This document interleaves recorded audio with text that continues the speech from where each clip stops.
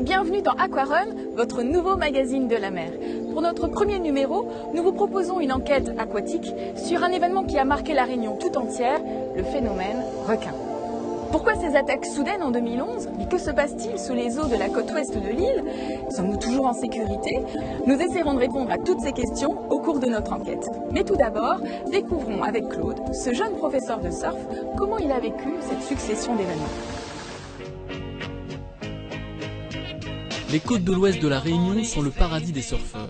Avec une dizaine de spots le long des plages, les amateurs de glisse n'ont que l'embarras du choix. Ces vagues, Claude les pratique depuis l'âge de 6 ans. Véritable passionné du surf, il en a fait son métier. Depuis 2000, il enseigne cette discipline dans plusieurs écoles de la région ouest. Jusqu'en 2011, avant le vent de panique engendré par les requins, tout allait bien. Oui, on avait pas mal de projets avec Cyril Thévenot à Trop-Bassin. Je tenais aussi son école lorsqu'il était en déplacement à Maurice. Et donc ça marchait très bien. On voulait agrandir un petit peu l'école en prenant un deuxième camion, etc. On avait de plus en plus de demandes. Mais en 2011, les ambitions de Claude s'évanouissent avec celles de la plupart des écoles de surf de l'Ouest. Que je commençais à bien en vivre, à être heureux là-dedans. La Réunion est un petit paradis pour les surfeurs et pour les moniteurs. Et tout ça s'arrête du jour au lendemain. En début d'année commence une succession d'attaques. Le 19 février, un touriste a la jambe sectionnée alors qu'il surfe au spot des Trois Roches à Grand Fond. Il survit. Le 15 juin, un bodyboarder réunionnais est attaqué aux environs du spot de Tiboucan. Il décède avant d'être ramené à terre. Peu après, le 6 juillet, un adolescent connaît la peur de sa vie. Il subit une attaque sur le spot des Roches Noires, mais en ressort indemne. Enfin, le 15 septembre, un bodyboarder professionnel, maître nageur de surcroît, habitué des côtes de l'Ouest, est attaqué sur le spot de Boucan-Canotte vers 15h. Son corps reste introuvable. Après 4 attaques, dont 2 mortelles, c'est la goutte d'eau qui crée un vent de panique et de colère générale. Les autorités réagissent enfin. La préfecture ouvre la chasse et ferme les plages. Nous avons tenté 3 jours une opération de prélèvement à une date très proche de la dernière attaque à laquelle nous savions très peu de choses. Nous avons fait entre guillemets presque un coup de filet pour savoir ce qu'il en était. Au tout départ, lors des réunions préparatoires, on se demandait même comment est-ce qu'on pourrait gérer plusieurs requins pêchés à la fois pour gérer les suites, les autopsies, les carissages et autres. On a fini par n'en pêcher qu'un en 3 jours. C'était aussi un premier élément d'information qui nous a montré qu'on n'était pas non plus sur des populations qui surfréquentaient les côtes de la Réunion. Pour les commerces de Saint-Gilles et les écoles d'activité nautique, c'est le coup près. Nombre d'entre elles mettent la clé sous la porte. Claude, lui, n'y échappe pas. Il subit un licenciement économique. L'attaque de Mathieu a été le ras-le-bol général. On a dit qu'on stoppait, on préfère quand même le chômage à un drame dans notre cours. La crise requin a eu un impact économique sur certains secteurs d'activité, pas forcément d'ailleurs sur lequel on pense le plus spontanément. Un des secteurs les plus touchés, ce sont les clubs de plongée, paradoxalement, puisqu'il est assez couramment admis que les plongeurs bouteilles courent peu, voire pas du tout de risque face aux requins, ils en voient très peu, et le fait de plonger en palanquet avec des équipements bruyants fait qu'ils rencontrent très peu de requins et que le risque est minime. Malgré tout, les baptêmes sont en chute libre parce que la population qui n'est pas une population de plongeurs habituelle peut avoir une crainte sur laquelle nous devons travailler pour expliquer qu'effectivement le risque est très réduit pour les plongeurs. Les surfeurs, les clubs de surf évidemment sont aussi touchés par cette crise, sont parmi les principales victimes. Pour envisager une reprise de l'activité économique, la réouverture des plages est primordiale. La chasse préventive s'avérant peu concluante, la mairie met en place un dispositif de sécurisation des zones de baignade. Il s'agit d'un filet qui a été conceptualisé et conçu par les MNS. Ce filet est installé sur la zone de baignade de Roches Noires le matin et il est retiré le soir. C'est un dispositif qui est fait à l'aide de cordages de 12 mm avec des grosses mailles de 25 cm. L'objectif étant que ça serve de système d'alerte pour, au cas où il y aurait un requin qui viendrait dans les parages, en enfonçant le filet, les bouées s'enfonceraient sous l'eau et ça donnerait l'alerte. Il est clippé au fond de la mer sur des corps morts qui ont été installés. L'objectif pour nous, c'est de sécuriser la baignade avec ce dispositif. Les baigneurs sont tenus dans une zone de baignade délimitée avec une zone de bouée et les MNS patrouillent derrière le filet. Roches Noires, il y a un seul filet, alors que sur Boucan, il y a 3 panneaux qui ont été conçus et qui sont posés en mer en quinconce par les MNS le matin et retirés le soir, avec le même dispositif de sécurisation, patrouille derrière le filet, des observateurs que nous avons recrutés en CAE qui sont en observation soit sur la chaise de surveillance, soit sur la vigie, sur le poste. Et l'objectif, c'est d'accentuer en fait l'observation, la surveillance par rapport au risque requin. Après son licenciement économique, Claude a intégré le groupe des 30 observateurs de requins. Une occasion pour lui de réagir et d'avoir un emploi. Je me retrouve donc observateur à surveiller la baignade au niveau du risque requin. Donc mon boulot consiste uniquement à surveiller la mer. Donc je ne surveille pas la baignade, je n'interviens pas. Mais je surveille uniquement la mer, sur la présence des requins, toute la journée, aussi bien sur une chaise que à la vigie du poste ou bien en bateau, en Zodiac. La reconversion professionnelle de Claude fait partie d'un dispositif de soutien économique engagé par les institutions. Pour les moniteurs de surf qui se sont parfois retrouvés au chômage technique par la force des choses, ou ont vu leur activité brutalement arrêtée, ce sont souvent eux qui ont été recrutés sous forme de vigies requins, qui font profiter de leur expérience, de leur connaissance du milieu marin pour commencer à sécuriser les pratiques, notamment de leurs congénères, les pratiques de surf. Donc la baignade aujourd'hui, elle est rouverte depuis le mois de décembre. Donc on a vu tout de suite les plages qui sont fréquentées et autour des plages, l'activité économique qui a repris. En attendant un retour total à la normale, Claude espère retrouver son poste d'enseignant de surf. Dans mon cas, c'est autre chose, étant donné qu'avant j'étais aussi toute la journée à la plage, mais pour enseigner le surf, pour faire ma passion, tandis que là je me retrouve à surveiller la mer, à regarder le lieu où j'ai grandi, où j'ai tous mes souvenirs, et là c'est vide, c'est triste, il y a plus rien. Si cette affaire n'effraie pas certains surfeurs, Claude, lui, ne surfe plus. Seule issue, attendre d'en savoir plus sur ce qui se passe sur les côtes de l'Ouest. Il y a un avant et un après 2011. Malheureusement, cette année restera une année noire pour les côtes ouest de la Réunion. Mais que se passe-t-il réellement? Que sait-on des requins? L'enquête continue dans Aquarun. Les auteurs des attaques de 2011 ont été identifiés. Les traces de morsures laissées sur les planches des victimes ne laissent aucun doute. Il s'agit de requins bulldog et de requins tigres. Il tient son nom de son apparence massive, trapue, et de son museau aplati et court. Il ne dépasse pas les 3,50 m et est réputé pour son agressivité. Carcharinus leucas, ou le requin bulldog, peut vivre près de 20 ans. Il se concentre sur les côtes de toutes les mers tropicales et subtropicales du monde. Il possède la caractéristique unique chez les requins de s'acclimater aux eaux douces. C'est pourquoi il a été observé dans des fleuves tels que le Zambèze, le Mississippi, l'Amazone ou le Gange. C'est pour cette même raison qu'on peut rencontrer des requins bulldogs dans les ravines de la Réunion. On sait actuellement très peu de choses sur ce requin. Est-il sédentaire? Quelles sont les caractéristiques de sa vie sociale? Comment anticiper son comportement? À la Réunion, les études ne font que commencer. À l'heure actuelle, on sait peu de choses sur le requin bulldog, et même sur les requins en général, parce que c'est des études sur les requins, ça a commencé il y a une cinquantaine d'années, et c'était essentiellement la définition d'espèces. Et là, depuis une quinzaine d'années, avec la nouvelle technologie, on commence à étudier plus leurs déplacements. Et là, on arrive plus récemment à essayer d'étudier leur comportement. Donc vu qu'à La Réunion, on part d'un point zéro à l'heure actuelle, c'est-à-dire qu'on commence du tout début. Aucune étude n'a été faite auparavant à La Réunion. Impossible pour les scientifiques d'effectuer une comparaison et de dire si oui ou non les attaques de requins sont dues à un phénomène nouveau. Mais pour les professionnels de la mer, pêcheurs, apnéistes, qui ont une longue expérience des côtes de l'Ouest, une chose est sûre, le comportement des requins bulldog est inhabituel. Moi je pratique la pêche sous-marine et l'apnée, ainsi que la plongée depuis l'âge de 8 ans. Jusqu'en 2007, on pêchait régulièrement devant Saint-Gilles, jusqu'à des heures, à 6h, 6h30 le soir. On ne voyait jamais de requins bulldog, il n'y en a jamais eu devant Saint-Gilles, quoi. Ça c'est un fait qui est complètement nouveau.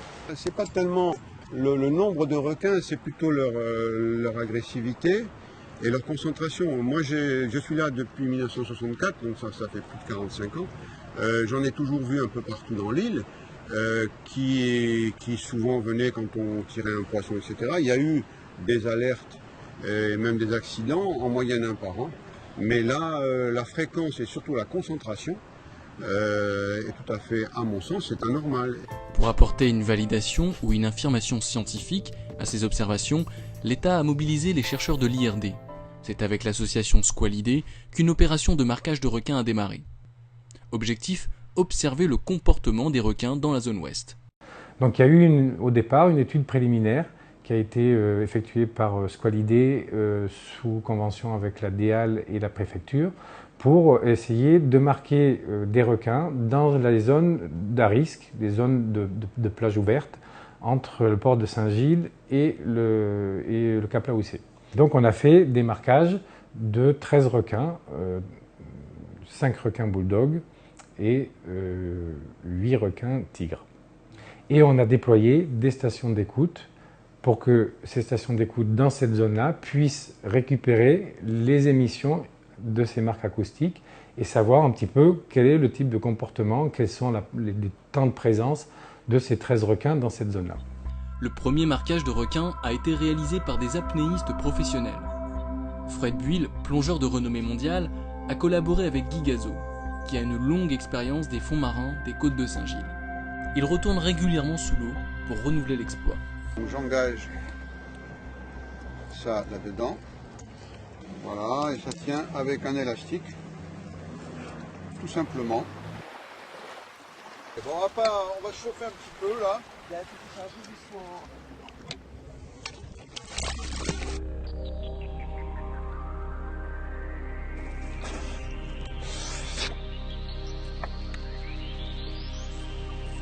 La descente commence à 400 mètres des côtes. C'est là que le premier marquage a été réussi.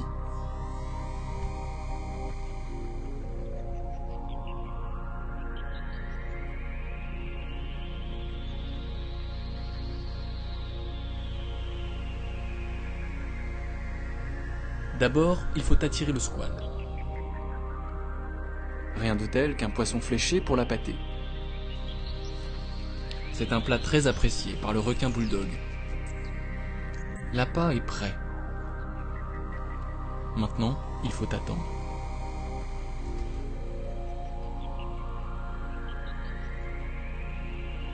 Après plus de 2 heures d'attente et une dizaine de plongées à 20 mètres sous la surface, rien. Les apnéistes tenteront leur chance une prochaine fois.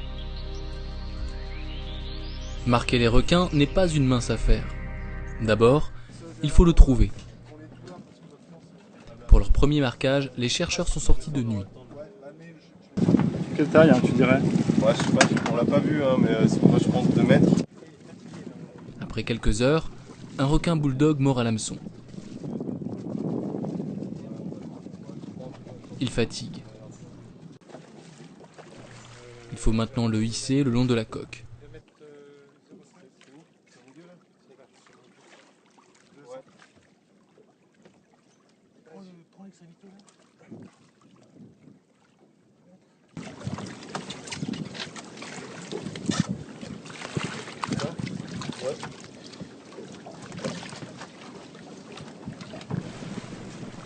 Le bateau avance régulièrement pour que l'animal continue de respirer. Une fois retourné, le requin entre en catalepsie. Il s'endort. L'opération peut commencer. Après une légère incision au niveau de la cavité générale, le docteur Soria implante la marque acoustique, le temps de suturer l'entaille, et le requin est relâché. Désormais, ces déplacements sont enregistrés par les 10 stations d'écoute disposées le long des côtes de Saint-Paul, du port de Saint-Gilles au Cap Laoussé. Ces 10 stations d'écoute, on les fixe à des cordes ou on les fixe au fond sur des plots, de manière à ce qu'elles ne bougent pas et on a leur position. Et c'est des récepteurs. Ça ne fait qu'écouter le son. Et elles sont branchées sur la fréquence des marques acoustiques. Les premiers résultats sont concluants. Ils apportent bien la preuve que cette opération de marquage est la voie à suivre. Les réponses, très attendues par le public, sont délivrées par le sous-préfet en charge du dossier. Nous avons marqué en tout 13 requins durant l'opération préliminaire, 9 requins tigres qui n'ont plus jamais été entendus, qui n'ont jamais été détectés par les stations d'écoute, ce qui laisse à penser que le tigre n'est pas forcément le principal problème, que son habitat est effectivement plus au large et que s'il vient fréquenter les côtes, c'est très épisodiquement. En tout cas, tous ceux qui ont été marqués n'ont jamais été entendus, repérés par les stations acoustiques En revanche, sur les requins bulldogs, 4 requins bulldogs marqués, 3 ont été entendus, ont laissé des marques acoustiques, 2 adultes et un subadulte. C'est un jeune requin, celui qui a été marqué en apnée, en externe, qui pour le coup, lui, a actionné les différentes stations d'écoute, mais avec des temps de présence parfois surprenants. Il pouvait passer 12 heures d'affilée dans une même zone et ensuite s'en absenter pendant une vingtaine de jours. Donc c'est encore beaucoup trop tôt pour tirer des enseignements. Je sais que tout le monde est très curieux, c'est une bonne partie des débats et c'est pour ça que nous sommes en retard. Ça a porté là-dessus, beaucoup de curiosité et c'est tout à fait normal. Évidemment, nous ne pouvons pas encore répondre à toutes ces questions. Nous avons des premiers éléments, des premiers échos acoustiques. En tout cas, le dispositif, c'est bien celui qu'il nous fallait. Mais des interrogations subsistent. Ces attaques sont-elles liées à une modification du comportement des requins? Les activités humaines sont-elles en cause? Encore une fois, les professionnels de la mer ont fait leurs observations. Il y a des circonstances favorables qui se cumulent. On sait par exemple que le bulldog aime l'eau douce, qu'il en a besoin pour se déparasiter. Donc il est bien sûr dans les ports et là on a 2 sorties de ravines. Mais il y a aussi le basculement des eaux qui a amené une modification certainement de la salinité sur cette zone-là. Ce qu'il faut voir, c'est ce qu'il y a de spécifique dans cette zone-là. Dans cette zone-là, il y a une réserve, bien sûr, elle s'étend un peu plus au large, enfin un peu plus vers Saint-Pierre, mais il y a déjà la réserve, il y a la ferme aquacole, il y a le basculement des eaux, il y a une foule de choses. À la recherche des causes de ces attaques, encore jamais vues dans la zone de Saint-Gilles, les regards se sont tournés vers la ferme aquacole et ses 7 cages en pleine production. Attire-t-elle les requins ou au contraire, les retient-elle loin des zones de baignade? Autre cause présumée, la réserve marine. L'interdiction de chasse qu'elle impose laisse-t-elle le champ libre aux requins? La station d'épuration, le basculement des eaux, le DCP ou encore l'introduction de tortues marines. Aucune de ces hypothèses n'est actuellement vérifiée. Rien ne permet d'affirmer avec certitude si oui ou non ces facteurs sont en cause et dans quelle mesure. Pour y parvenir, les recherches vont être amplifiées. L'État souhaite financer le programme Shark qui vise à mettre en relation le comportement des requins et les conditions environnementales des côtes de la zone sud-ouest. L'idée de Shark, ça va être quoi? Ça va être de faire cette étude-là, mais sur une zone beaucoup plus grande, qui va aller non plus du Cap Laoussé à Saint-Gilles, mais qui va aller de la Pointe des Galets jusqu'à Saint-Pierre. Déploiement non plus de 10 stations d'écoute, mais de 50 stations d'écoute. Un marquage non pas de 10 requins, mais de 80 requins. On va essayer de marquer 40 requins bulldogs et 40 requins tigres. Et simultanément, et c'est ça l'important, simultanément observer et mesurer les conditions environnementales. Les marquages de requins continuent et les études avancent pas à pas. Et c'est à ce rythme que seront avancées les solutions de sécurisation. Ces solutions sont évolutives. Nous ne prétendons pas avoir trouvé toutes les solutions, avoir trouvé la solution miracle au risque requin. Nous ne prétendons pas non plus le ramener à un risque zéro. Nous exposons simplement ce que nous avons fait jusqu'à présent, quelles sont les pistes de développement, les perspectives. Et puis, encore une fois, j'insiste sur le fait que, y compris en matière de réglementation des activités nautiques, c'est encore un sujet qui fait pas mal débat. Tout cela est appelé à évoluer, mais nous prenons le temps nécessaire pour ne pas prendre de décisions hâtives et essayer d'arriver à un équilibre entre réglementation, parfois contraignante, et prise de risque. En dehors des zones de baignade, maintenant sécurisées, le risque est toujours le même. Seule différence, désormais, chacun est prévenu. Une chose est sûre, le risque zéro n'existe pas et n'existera sans doute jamais. En revanche, la sécurisation des côtes, elle, se développe en même temps que les connaissances du milieu marin. Et finalement, c'est notre rapport avec la mer qui change. L'angoisse mettra du temps à s'estomper. Pour aller dans ce sens, un travail de sensibilisation est nécessaire. C'est déjà ce qui est mis en œuvre dans les écoles d'activité nautique. Je vous propose de le découvrir avec eux. C'est tout de suite dans la rubrique éducation. On continue avec Aquarun. À l'école de nautisme de Saint-Gilles, les enfants ont suivi l'affaire requin. Malgré les événements, ils restent confiants. Il y a des risques autres que les requins, mais il n'y a pas franchement beaucoup de risques. Après, si on a des plaies, on saigne, si on s'ouvre sur le bateau et qu'on tombe, oui, c'est sûr qu'il y a des risques parce qu'on saignera beaucoup, mais sinon, il n'y a pas de risque. Nous, on fait de la voile, on n'en a jamais vu. On voit des poissons volants, des dauphins, des baleines et de l'eau. Pour Jean-Paul Saunier, le président de leur club, la meilleure des préventions contre le risque requin est l'apprentissage au quotidien des gestes et d'une conscience professionnelle. Est-ce qu'il y a de la part d'inconscience dans l'esprit d'un garçon de 30 ans qui se jette du haut d'une montagne avec juste une combinaison de chauve-souris pour planer à 300 à l'heure et ouvrir son parachute au dernier moment? C'est pareil. Vous avez quelqu'un qui s'est entraîné, qui calcule des risques, mais qui va vers quelque chose qui le fait rêver. Et je crois que les enfants que vous avez interviewés tout à l'heure ne sont pas des risques-tout. Ils apprennent quelque chose, jour après jour, leçon après leçon, sortie en mer après sortie en mer. Ils vont maîtriser un élément, comme un jour, ils vont maîtriser, s'ils font de l'avion, ils vont maîtriser l'espace aérien. Pour informer le public sur les richesses que recèlent les côtes de la Réunion et inciter à s'adapter à ce milieu, la réserve marine organise un circuit sous-marin. Toute l'année, à l'Ermitage, non loin du plus grand sanctuaire de la réserve, Tevami guide les curieux. Le but, c'est de sensibiliser les gens, de manière générale le grand public, au milieu marin, à la réserve marine. Donc le but, c'est quoi? C'est comment protéger, qu'est-ce qu'on protège, pourquoi on protège et quelles sont déjà les mesures mises en place pour protéger justement tout cet environnement. C'était super, on apprend plein de choses, c'est vraiment très bien à faire. J'ai envie de faire attention, encore plus envie de protéger des gestes que je faisais avant, que maintenant je sais qu'il ne faut plus faire. Je pense que ça devrait être une visite pour tout le monde afin de préserver la nature. Pour les simples amateurs de lagons et de snorkeling, la psychose due au phénomène requin ne semble pas faire effet. Les requins viennent pas dans les lagons, c'est bien connu. Vous avez croisé des requins ou pas? Plein, mais on s'en est sortis. Non, heureusement non. Non, je ne vais pas voir des requins, je vais essayer de me baigner au-delà de la barrière de corail sans problème. Je me dis qu'il y a quelques attaques, mais pas non plus des quantités industrielles. Donc je pense que ça peut arriver comme ça ne peut pas arriver. C'est sûr que les gens se posent plus de questions puisqu'on en parle plus, donc ils y pensent plus. Mais après, il n'y a pas vraiment de peur ou c'est surtout de la curiosité. Les gens posent des questions par curiosité. Les interrogations persistent, et avec elles, le regard porté sur la mer évolue. Voilà un point positif, car l'océan n'a pas fini de nous surprendre. On l'a bien compris, la mer est un milieu fascinant qui mérite qu'on s'y intéresse. Les professionnels et les passionnés de l'océan que nous avons suivis nous l'ont rappelé.